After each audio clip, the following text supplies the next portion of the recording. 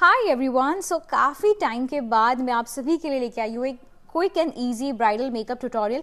वैसे ये वीडियो एक ऑनलाइन क्लास से कम नहीं होगा बिकॉज हम इसमें बहुत सारी चीज़ें सीखने वाले हैं। मैं आपको टॉपिक बताना चाहूँगी। टॉपिक में मैं सिखाने वाली हूँ आई शेडो ब्लेंडिंग में दिक्कत आती है तो उसे कैसे ठीक करें, बेस ब्लेंड नहीं होता है तो क्या करना चाहिए, कॉन्टोर कैसे करना है, लिपस्टिक जो है वो प्रॉपर नहीं लगती तो उसे कैसे लगानी है। इसके अलावा भी बहुत सारी टिप्स मैं इस वीडियो में बताने वाली हूँ।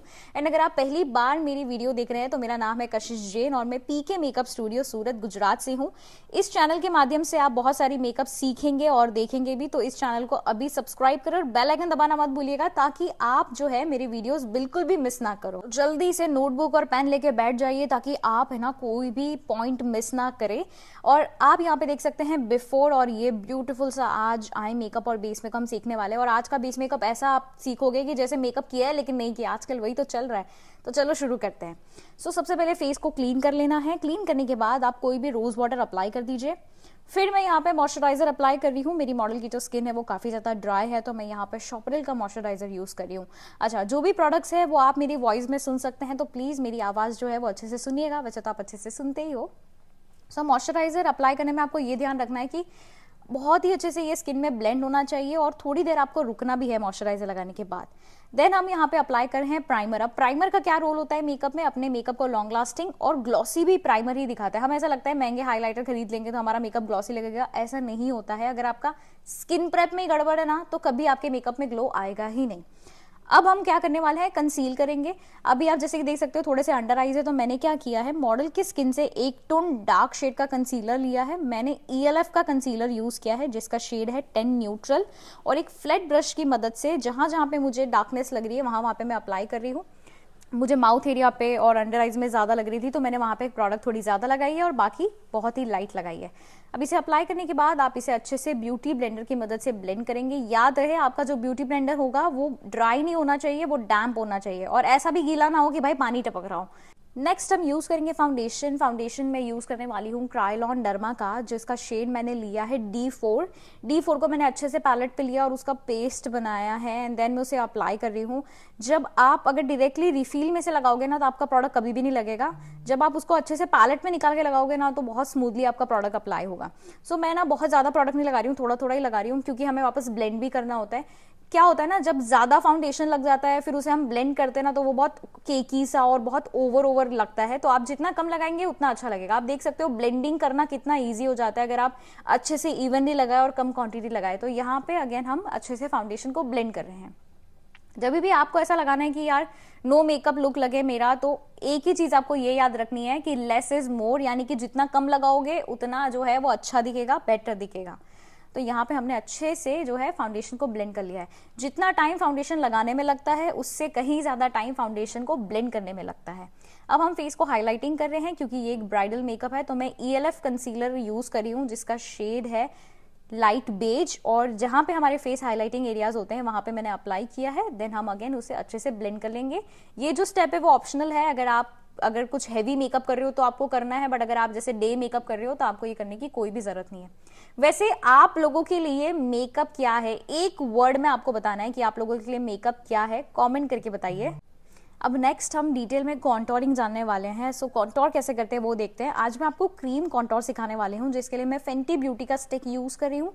अब जब भी आप क्रीम कॉन्टोर अप्लाई करें आपको ये ध्यान रखना है कि क्रीम कॉन्टोर जो है ना वो बहुत ज्यादा फैलता है तो आपको इस तरीके से ब्रश में लेके ही लगाना है।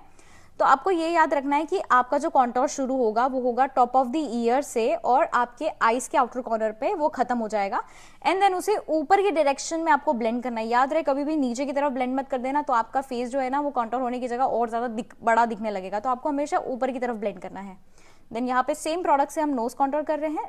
अब मैं अप्लाई कर रही हूँ रेवोल्यूशन का ब्लश जिसे हम अप्लाई करते हैं चीक्स एरिया पे। चीक्स पे हमने अप्लाई कर दिया है। आप लोग देख सकते हो कॉन्टोर बहुत ही नेचुरल और सटल लुक दे रहा है और आजकल ब्लश का ट्रेंड ज्यादा है तो मैंने ब्लश ज्यादा लगाया है। अब यहाँ पे हम लूज पाउडर से सारा कुछ लॉक कर दे रहे हैं बिकॉज हमने बहुत सारी लेयरिंग्स लगाई है तो लूज पाउडर लगाना कंपलसरी है। और लूज पाउडर से क्या होता है, हमारा जो बेस मेकअप है वो एकदम क्रीज फ्री भी हो जाता है, बिल्कुल भी क्रीजिंग भी नहीं आती है। तो आपको लूज पाउडर लगाना कंपलसरी है। देन मैं यहाँ पे यूज करी हूँ ऊजो का हाईलाइटर। जो भी हमारे हाईलाइटिंग एरियाज है वहां पे ही आपको ये हाईलाइटर अप्लाई करना है। एक चीज मैं बता दूं, लूज पाउडर और कॉम्पैक्ट में बहुत ज्यादा डिफरेंस होता है। कॉम्पैक्ट जो होता है उसका पिगमेंट ज्यादा होता है, वो मोटा होता है, लूज पाउडर पतला होता है। और लूज पाउडर का यूज हम करते हैं बेस को सेट करने के लिए, और कॉम्पैक्ट का यूज हम करते हैं टचअप करना हो, या आपको बेस को लॉक करना हो, या मैट फिनिश देना हो, तब आपको कॉम्पैक्ट यूज करना है। अब बेस मेकअप हमारा यहीं पे खत्म होता है। अब हम बहुत ही ध्यान से आई मेकअप को देखेंगे, बिकॉज आपको हर एक चीज अगर जाननी है तो आपको डिटेल में देखना पड़ेगा। और अगर आपको कोई भी चीज समझ नहीं आती है तो आप वीडियो को पीछे करके फिर से देख सकते हैं। आईब्रोज डिफाइन कर लेनी है। उसके बाद मैं यहाँ पे व्हाइट बेस यूज करी हूँ। व्हाइट बेस यूज इसीलिए किया जाता है ताकि हमारे जो भी आई शेडो के कलर्स हो वो उठ के दिखे। सो एक फ्लैट ब्रश की मदद से मैंने अच्छे से व्हाइट बेस अप्लाई कर दिया। अब मैं यहाँ पे शुरू कर रही हूँ एक ऑरेंज कलर के आई शेडो से। क्या आप लोग जानते हो कि मैं आई शेडो में ऑरेंज कलर से ही क्यों शुरू करती हूँ? अगर आप मेरे वीडियोस काफी टाइम से देख रहे होंगे तो आपको पता होगा, तो कमेंट जरूर करिएगा। सो यहाँ पे मैंने अप्लाई किया है सबसे पहला कलर ऑरेंज। ऑरेंज एक ऐसा कलर है ना जो सभी आउटफिट के साथ अच्छा लगता है, तो मैं ऑरेंज से शुरू अक्सर करती हूँ। बट और भी बहुत से रीजंस है जो मैंने पहले वीडियो में बताए हैं कि मैं ऑरेंज से क्यों शुरू करती हूँ। फिर मैं यहाँ पे कार्निवल का पैलेट यूज करी हूँ, जिसमें से मैंने एक डार्क पिंक कलर का आई शेडो लिया है, जिसे सिर्फ और सिर्फ हमने आउटर कॉर्नर पे अप्लाई किया है।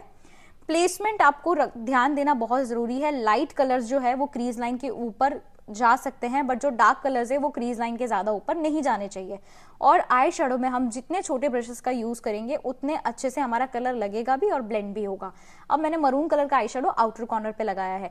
आप लोग हमेशा ये ध्यान देना कि आपके जो डार्क कलर्स होंगे ना वो या तो आउटर कॉर्नर पे आएंगे या तो क्रीज लाइन पे आएंगे। अब ये 3 कलर्स लगाने के बाद हम कट क्रीज बना रहे हैं, जिसके लिए आप कोई भी कंसीलर का इस्तेमाल कर सकते हैं। और जो ब्रश होना चाहिए वो एकदम फ्लैट होना चाहिए, क्योंकि अगर ब्रश अच्छा होगा ना तो कट क्रीज आपकी बहुत अच्छी बनेगी। और एक और चीज है, आप जितनी प्रैक्टिस करोगे ना उतना परफेक्ट होते जाओगे। तो जब भी आप प्रैक्टिस करो ना, वीडियो सामने रखो एंड देन प्रैक्टिस करो और देखो फिर कोई पॉइंट छूटता है या नहीं। फिर ब्यूटी ब्लेंडर से मैंने उसे अच्छे से सेट कर लिया है ताकि जो भी एक्स्ट्रा प्रोडक्ट हो वो ब्यूटी ब्लेंडर में आ जाए। अब हल्का सा मैं ना ब्लैक कलर का आई शेडो ले रही हूँ, जिसे सिर्फ और सिर्फ हम आउटर कॉर्नर पे लगा रहे हैं। बहुत हल्का, ज्यादा नहीं लेना है आपको, क्योंकि क्या होता है ना, ब्राइड्स ब्लैक कलर देखती है तो बोलती नहीं हमें ब्लैक्स नहीं चाहिए, तो इसलिए मैंने बहुत कम लिया। फिर मैं यहाँ पे गोल्डन कलर का आई शेडो ले रही हूँ, जिसे हम सिर्फ और सिर्फ आईबॉल एरिया पे प्लेसमेंट कर रहे हैं। आईबॉल यानी कि बीच वाला एरिया, और आगे वाले एरिया को हम बोलते हैं इनर कॉर्नर। सो सिर्फ बीच में मैंने जो है गोल्डन कलर का आई शेडो लगाया है, और आगे यानी कि इनर कॉर्नर पे हम लगा रहे हैं एक बेज कलर का आई शेडो। मैं इसीलिए बेज कलर का आई शेडो लगाती हूँ क्योंकि ये लगाने से ना आंखें बहुत बड़ी लगती है। फिर ग्लिटर हम चिपकाएंगे। ग्लिटर चिपकाने के लिए कुछ भी नहीं करना है, आपको ग्लिटर ग्लू लेना है। मैंने यहाँ पे मेकअप स्टूडियो का ग्लिटर ग्लू लिया है और एनएक्स कॉस्मेटिक का ग्लिटर लिया है, जिसे मैं अच्छे से सिर्फ और सिर्फ आईबॉल वाले एरिया पे लगा रही हूँ। कभी भी ना पूरी आंखों को ग्लिटर से मत भरो, सिर्फ आईबॉल पे लगाओ, बहुत डिसेंट और सुंदर लगेगा। एंड गाइज, अगर इसमें से कोई भी प्रोडक्ट आप बाय करना चाहते हो तो लिंक ऑलरेडी डिस्क्रिप्शन में है, एक ही लिंक डाली है, वहां पे आपको सभी तरीके के प्रोडक्ट्स वो भी रियल मिल जाएंगे। सो यहाँ पे हमने लगा दिया। अब सबसे इंपॉर्टेंट पार्ट है ये लाइनर वाला पार्ट। कल लाइनर के लिए मैं लिक्विड लाइनर का यूज कर रही हूँ और मैंने अप्लाई किया है यहाँ पे विंग आई लाइनर। लाइनर लगाना बहुत इजी है। अगर आपको डिटेल में लाइनर लगाना सीखना है तो मैंने पीछे पुराने वीडियोस में मैंने काफी बार लाइनर सिखाया है। एंड एक और चीज गाइज जो मैं अनाउंस करना तो मेरे दिमाग से में, तो मेकअप सिखाने लगे ना तो मैं सब चीजें भूल जाती हूँ। मैं फिर से 26 अक्टूबर को लाइव आने जा रही हूँ यूट्यूब पे, और ये लाइव में एक बहुत बड़ा सरप्राइज भी देने वाली हूँ। तो 26 अक्टूबर का लाइव बिल्कुल भी मिस मत करना, 3 बजे लाइव आऊंगी। सो हमने दूसरी तरफ भी लाइनर लगा दिया है। अब मैं यूज करी हूँ मेरा सिग्नेचर काजल, टर्कोइज कलर का काजल, जिसने मुझे एक नई पहचान दी है इस काजल ने। फिर मैंने काजल लगाया और हम लोग डबल विंग लाइनर यहाँ पे करने जा रहे हैं। और डबल विंग लाइनर भी मैंने लिक्विड लाइनर से ही बना लिया है। और इनर कॉर्नर पे भी मैंने सेम जो है वी लाइनर बोला जाता है उसे, तो इनर कॉर्नर लाइनर भी मैंने क्रिएट कर लिया है।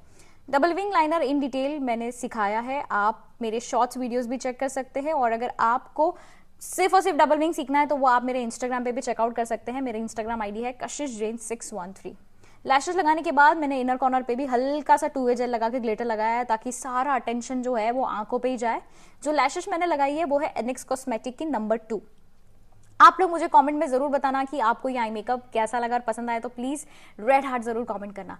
अब लिपस्टिक लगाना एक बहुत बड़ा चैलेंज है, तो लिपस्टिक में मैंने क्या किया ना, सबसे पहले ना मरून कलर का आई शेडो लिया है। आई शेडो लेके मैंने बॉर्डर क्रिएट की है, क्योंकि लिप लाइनर में क्या होता है ना, हमेशा बॉर्डर इधर उधर हो जाती है। अगर आप आई शेडो से बॉर्डर बनाओगे ना तो आपका अगर थोड़ा सा लाइन बाहर भी आ जाए ना तो आप उसे ईजिली रिमूव कर सकते हो। फिर मैंने यहाँ पे एक मरून कलर की लिपस्टिक ली है जिससे मैं सिर्फ और सिर्फ बॉर्डर पे अप्लाई कर रही हूँ।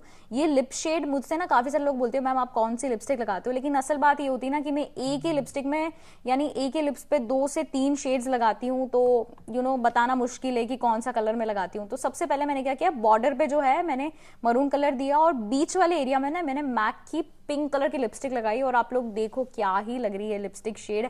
तो आप लोग मुझे बताना आपको ये पूरे मेकअप में base makeup, eye makeup, lipstick क्या सबसे अच्छा लगा, मुझे कमेंट जरूर करना। और वो मत भूलना मैंने जो पूछा है कि आपके लिए मेकअप क्या है, एक शब्द में, ठीक है। तो जल्दी मिलूंगी नेक्स्ट वीडियो में, इससे भी अच्छा, इससे भी बेहतरीन। तब तक इस मेकअप की प्रैक्टिस जरूर करना, क्योंकि प्रैक्टिस नहीं करोगे ना तब तक कुछ भी नहीं आएगा। सो सी यू एवरीवन, टेक केयर।